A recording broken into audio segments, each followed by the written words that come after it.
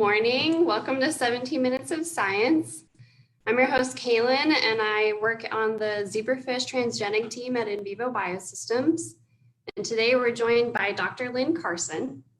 She's worked with big names like Wendy's and Dave's Killer Bread and realized that there was a gap in available online knowledge for the commercial baking industry. And so she founded BAKERpedia, which provides free analytical information online, as well as consulting teams for commercial baking businesses. And BAKERpedia has grown to be the world's only free and comprehensive online technical resource for the commercial baking industry. So it's pretty exciting. Welcome, Dr. Lin, to 17 Minutes of Science. Thank you, Kaylin. Thanks for having me on. Yes. I'm going to go ahead and get our timer started for that 17 minutes, and it goes by fast. Yes. So let's get started. Yeah.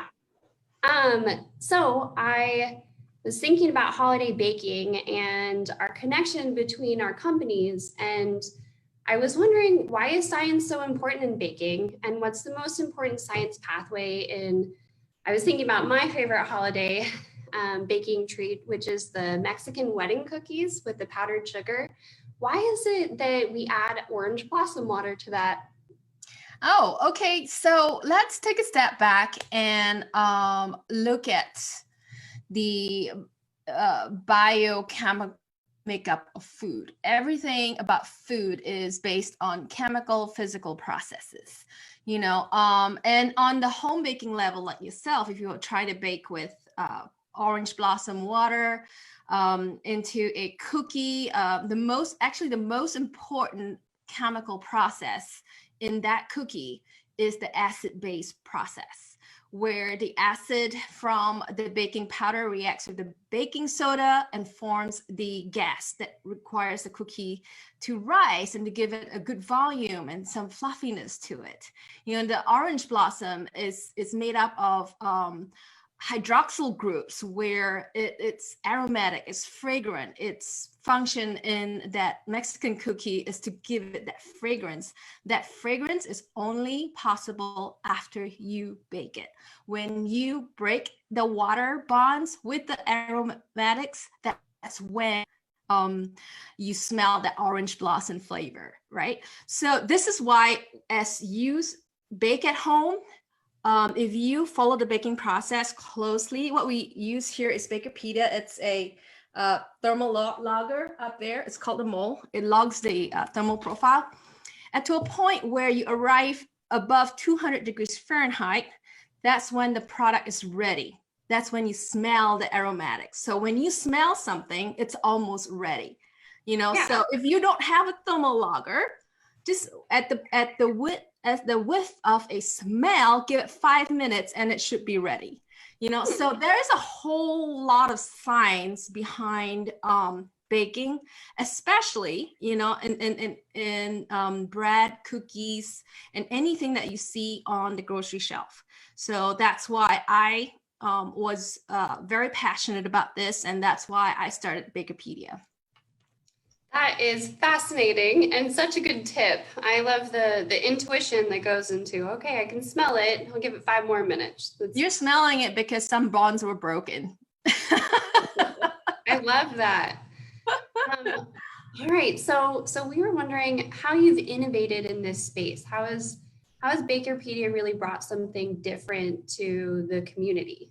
So I did it unknowingly, because I was looking for information on the internet for my team at Wendy's. We would Google things like, what is SALP, or sodium aluminum phosphate? It's a leavening acid for baking powders, and we would find nothing. Or we would have to go to 5-6 pages of the Google SERP and then find nothing, or similar to nothing, so nothing that supported the information that we needed at hand on the production floor while we make those decisions on how much salt to add. Should we add salt at all? What is the conditions? What's the pH we need to look for? So that's just one incident. There were many more incidents where my team just came back and said, I can't find anything on the internet, Lynn. And that was back in 2010, 2011. And I bought the domain in 2012, actually, because I thought this might be a good idea.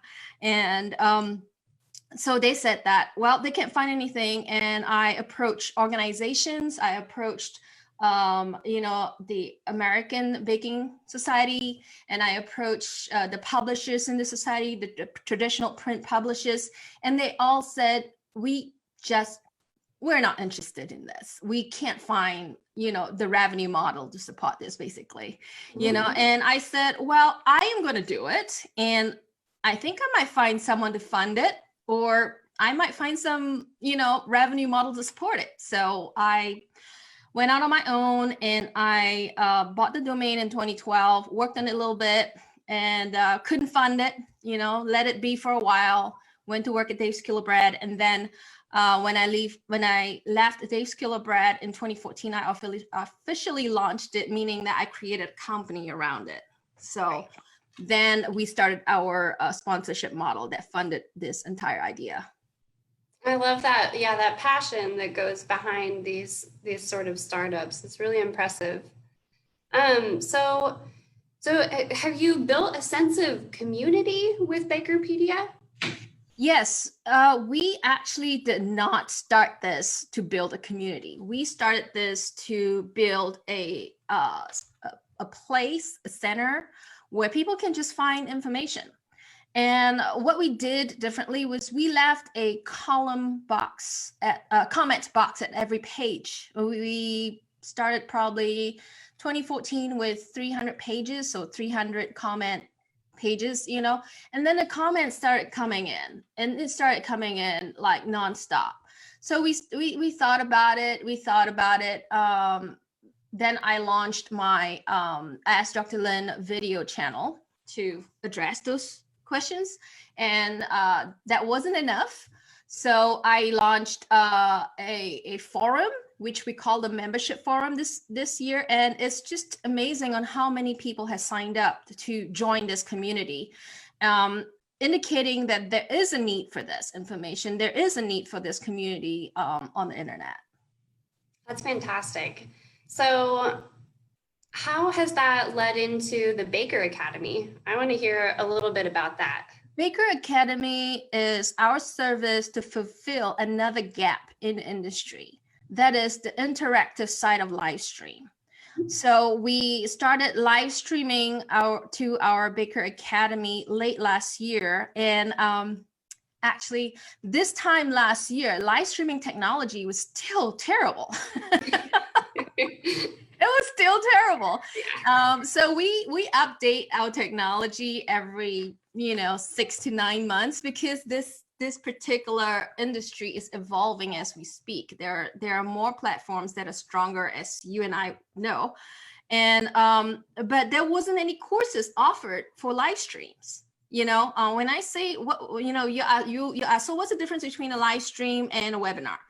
A live stream has interactive elements to it, where Q&A are more interactive, where people can ask questions on the go. Whereas a webinar is kind of like a presentation, and then Q&A if we have any more time. So really, it's just one of those things where we take it a step further, and we show what's happening in the lab. We show what's happening when you bake a control and a contrast, so we do all those kind of different live stream experiments on our Baker View series. We also launched Baker Paper, which are sponsored papers. For example, how to replace eggs in your formula. So that is a huge hit with our users and our sponsors, because there are no other products like that, surprisingly, that is available in this industry. So we've launched 2 hits this year. It is the Baker View, which is the seminar, and the Baker Paper, which is the white paper. Wow, awesome. Oh, you're busy. That's fantastic. Too busy. Yeah. 2 a month. I was thinking about how much live streaming has had to improve because of the pandemic, and also how much bread I have been eating as a result of the pandemic. So I was wondering how it's affected your business. We have seen an 80%. Yeah, we have seen an 80% jump in user growth. And it's not just one time, it's multiple times when someone revisits the site again, indicating that they are serious with our information. And these are not just home bakers, because if you look at our information do not cater to home bakers. They go in depth into the science of what's happening behind sourdough, behind fermentation, how you can sell these, how you can package these, and how you can, get anti-mold packaging for it, so those pages seems to like jump, in visitation. So we are very happy that we have thrived this year, and very lucky to be able to say that, so we have seen a shift from actual in-person trade show attendance to online digital attendance for all our products and our website as well. Wonderful. Nice. Let's see. So my next question, on BAKERpedia, on the website, your vision is to improve food production worldwide and contribute to solving world hunger through baking. And we were wondering how does that work? How can baking do all that? That vision has to be updated. It was like 6 years ago when I first started this, because I really want to solve world hunger, and to solve world hunger, you have to increase the economies of scale, you have to increase the efficiencies, you have to increase distribution channels, and you have to make food affordable, and so I felt that food keeps getting more expensive. Like every day I walk to the supermarket, I see the natural aisle, the organic aisle, infringing onto my conventional aisle, because I am such a conventional person. I refuse to pay, $3 for a pound of ginger, where the conventional one is 99 cents a pound, Sure. So to me, I feel like this needs to be addressed, because the future cannot, provide our people with $5 a loaf bread. We have to continue to provide $2 loaves. We have to continue as bakers, as wholesale bakers. We have to focus on making these food as accessible as possible. So to me, that hunger issue is a huge deal, because if no one focuses on it, then everyone's going to go on the high end stuff. Everyone's going to focus, let's just bake organic, or let's just bake natural, where that's fine. There is always a niche for that, but I don't want everybody to go there. I want to keep the concentration here. I want to keep the focus here as well. We're mainstream. We're helping feed people. We're helping make food affordable through efficiencies and through distribution.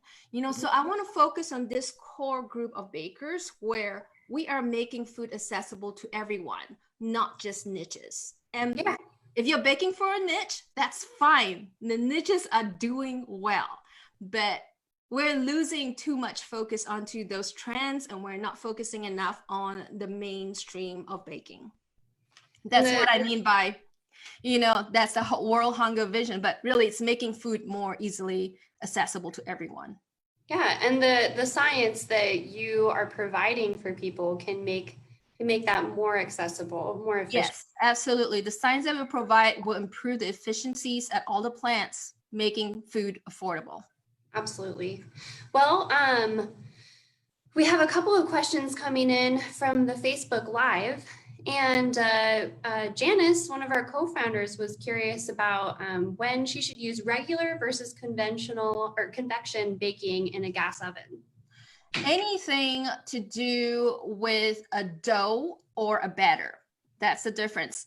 For all batter system, like cakes and whatever other batter system, it's liquid. It's liquid and viscous. Use conduction or just regular bake. For anything that is tough and doughy like bread or cookies or pie crust, you can use convectional bake. Nice. Thank you. That's good to know. Let's see. So how about the main differences between all-purpose bread and cake flour? You can find all that information on bakerpedia.com. Yeah. The free plug from my website. Are they it's all in, yeah, it's all in the quality of the proteins, the gluten proteins. So cake flours or cookie flours are lower in protein quality. So they are softer flours. Bread flours and bagel flours are higher in protein quality. So they are, more viscous, and they function better in really high solid kind of dough systems. I see. Yeah. Nice. That's the main difference. Yeah. But you're right. All that information is readily available on your website. I was astonished at how much information you have on there. So many products. I would like to add to that we want to make sure that these basic information is free.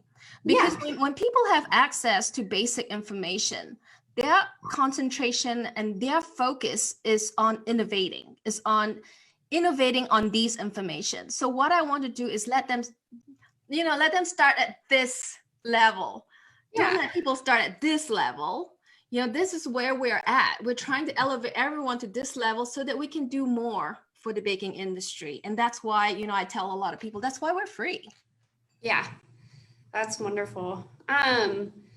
So we have about a minute left, and we wanted to end on a fun question. Is there a favorite holiday treat that you always go to at this time of year? Do you bake at home? I love to bake, and honestly, I am a challenge baker, mainly because I don't like to bake things that I know. I like to bake things that are unknown. Last season, I baked, what did I bake that was unusual? I baked a modified pumpkin pie. This season, I am going to challenge myself to bake a pie caken. A pie caken? Have you heard of that? No, we're about to run out of time. Pies. It's 3 pies in a cake. It's like a turducken, but it's got pies in it. I'm gonna challenge myself. So next season, I'll challenge myself to something else. But it's no fun making the regular cookies, man. It's no fun for me.